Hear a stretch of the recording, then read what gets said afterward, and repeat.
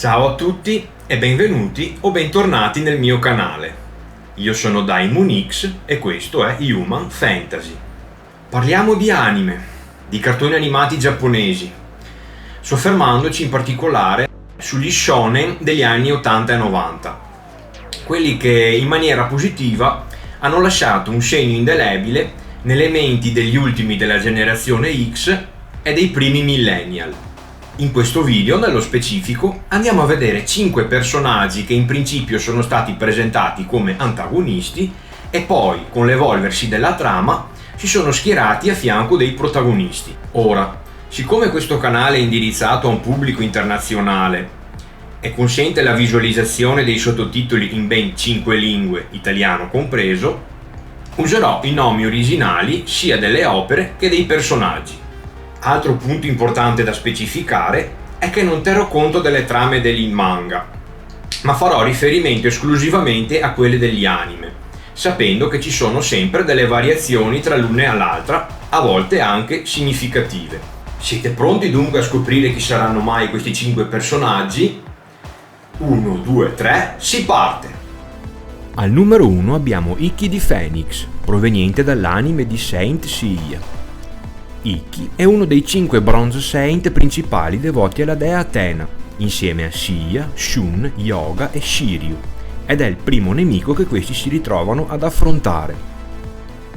Giunto all'età necessaria per intraprendere l'addestramento per diventare Saint, Ikki si sacrifica per il fratello Shun e chiede di essere mandato al suo posto ad allenarsi sull'isola della Regina Nera, considerata il luogo di addestramento più pericoloso tra quelli scelti.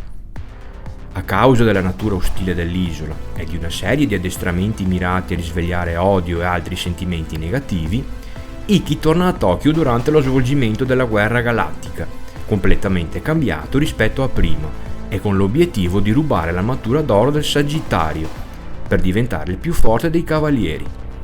Aiutato dai Black Saint, riesce a impossessarsi di 5 dei 9 pezzi dell'armatura, per poi lanciare una sfida ai protagonisti, con l'intento di ottenere i 4 mancanti.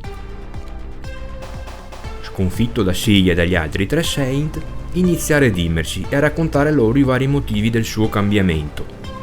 Un evento in particolare fu la goccia che fece traboccare il vaso, ovvero la morte di Esmeralda, una ragazza dell'isola di cui si era innamorato. Esmeralda fu uccisa dal suo maestro e questo scatenò in lui uno spietato desiderio di vendetta, che culminò con l'assassinio del maestro stesso e l'ottenimento dell'armatura della Fenice. Dopo la sua redenzione, si schiera dalla parte dei protagonisti e li aiuta in maniera sporadica a combattere i nemici successivi. Al numero 2 abbiamo Piccolo, proveniente dall'universo di Dragon Ball. Compare alla fine della prima serie ed è l'ultimo dei figli ermafroditi di Piccolo Daimao, che riesce a generare sputando fuori dalla bocca un uovo, poco prima di morire per mano di Son Goku. Spinto dal desiderio di conquistare la Terra e di vendicare il padre, si iscrive al 23esimo torneo Tenkaichi con il solo obiettivo di uccidere il protagonista Son Goku, avversario che poi incontra nella finale della competizione.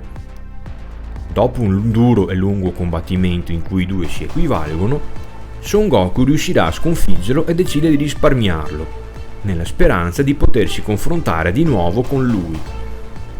All'inizio di Dragon Ball Z, i suoi propositi sono sempre gli stessi, ma dopo essersi confrontato con Raditz, il fratello di Son Goku proveniente dal pianeta dei Saiyan, ed avendo compreso di non poterlo sconfiggere con le sue forze, si allea momentaneamente con Son Goku per semplice convenienza.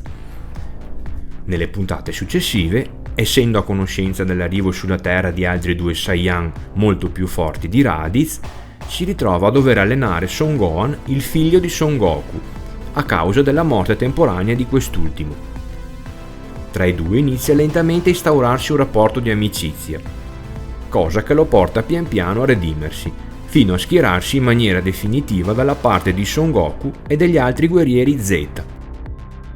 Rimaniamo sempre nell'universo di Dragon Ball e parliamo di uno dei personaggi più amati dal pubblico, ovvero Vegeta. Vegeta è il principe dei Saiyan ed è uno dei 2 accennati in precedenza che vengono contattati da Raditz poco prima della sua morte. Decide di raggiungere la Terra per impadronirsi delle sfere del drago, esprimere il desiderio dell'immortalità e punire il traditore Son Goku. Dopo un lungo combattimento con il protagonista, in cui tra l'altro si ritrova costretto a trasformarsi in Ozaru e nonostante ciò non riesce ad avere la meglio su di lui, si allontana dalla Terra in ritirata. Anche in questo caso Son Goku si rifiuta di ucciderlo, sperando di misurarsi ancora con lui in futuro. Come nel caso di Piccolo, anche per Vegeta inizia un graduale percorso di redenzione.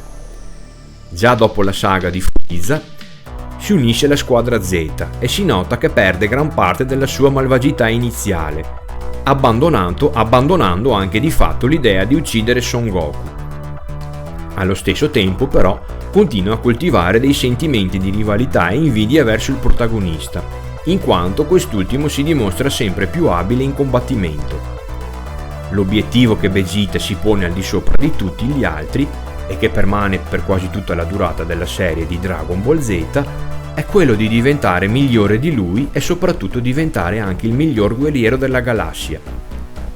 La sua completa redenzione avviene alla fine della serie di Dragon Ball Z, quando ammette che Son Goku è il numero 1. Il particolare interessante di Vegeta è che il suo percorso di cambiamento avviene in maniera piuttosto lenta e graduale nel corso delle puntate.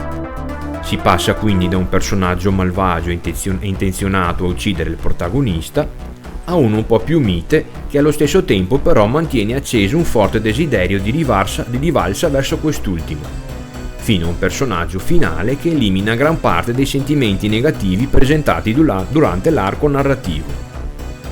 Qui ci spostiamo verso un anime un po' meno famoso rispetto a Saint Seiya e Dragon Ball, ma a mio parere ugualmente degno di nota. Al numero 4 troviamo uno dei personaggi più apprezzati di Yoroiden Samurai Troopers, ovvero Shuten Doji. Shuten Doji è il primo dei 4 generali al servizio dell'imperatore del male Arago, che si scontra con i 5 samurai ed è anche il più potente di tutti. Dopo alcune battaglie iniziali in cui riesce a tenere testa ai protagonisti, incontrerà Kaozu, un monaco millenario alleato dei samurai che in passato sconfisse Arago e che purificò e scompose la sua armatura in 9 più piccole, quelle che in seguito verranno indossate dai samurai e dai generali del male. Kaozu, grazie all'ausilio del suo bastone magico, aiuta Shuten Doji a redimersi, facendogli scoprire la vera virtù della sua armatura.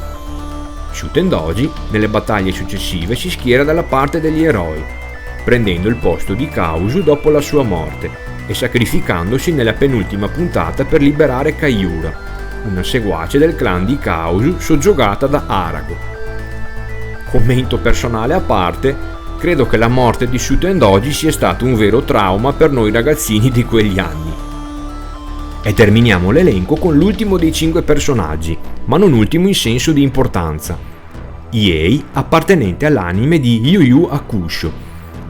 Iei è un demone che si scontra con il protagonista Yuzuki Urameshi dopo che questo viene nominato detective del mondo degli spiriti e riceve l'incarico di recuperare i 3 tesori dell'oscurità, di cui uno viene rubato proprio da Iei. Si presenta come un ottimo combattente, maligno e spietato. Dopo lo scontro con Yusuke, si schiera con lui e la sua squadra nelle successive battaglie, seppur continuando a mostrare un carattere e un modo di agire perfido e violento. All'inizio tende a considerare sia Yusuke che Kuwabara dei babbei senza talento, ma con l'avanzare della trama inizia a provare simpatia per loro. Iei, sotto certi aspetti, lo possiamo paragonare a Vegeta, in quanto entrambi presentano una bassa statura e un atteggiamento cupo e poco propenso a stare nel gruppo. Non è da escludere l'ipotesi che il creatore di questo personaggio si sia in parte ispirato al Saiyan di Dragon Ball. E voi, che ne pensate di questo elenco? Conoscete altri personaggi che sono stati presentati all'inizio come antagonisti e che poi si sono schierati dalla parte degli eroi? Se sì, scrivetelo nei commenti. Vi ringrazio per aver guardato questo video. Se avete qualche opinione o conoscete qualche altra curiosità, lasciate un commento qui sotto. Se vi è piaciuto e desiderate vedere altri contenuti simili, iscrivetevi a questo canale e attivate le notifiche per non perdervi i prossimi video. Grazie ancora per il supporto e alla prossima!